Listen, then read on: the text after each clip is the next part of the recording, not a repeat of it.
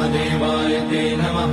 नमस्तेऽस्तु भगवन् विश्वेश्वराय महादेवाय त्र्यम्बकाय त्रिपुरान्तकाय त्रिकाग्निकालाय कालाग्निरुद्राय नीलकण्ठाय मृत्युञ्जयाय सर्वेश्वराय सदाशिवाय श्रीमान् महादेवाय नमः। ॐ नमः शम्भवाय च मयोभवाय च नमः शङ्कराय च महेश्वराय च नमः शिवाय च शिवतराय च। ॐ त्र्यम्बकं यजामहे सुगन्धिं पुष्टिवर्धनम् उर्वारुकमिव बन्धनान् मृत्योर्मुक्ष्यमामृतात्।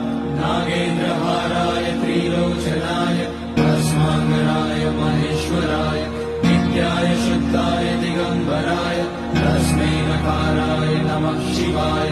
मन्दाकिनी सलिलचन्दनचर्चिताय नन्दीश्वर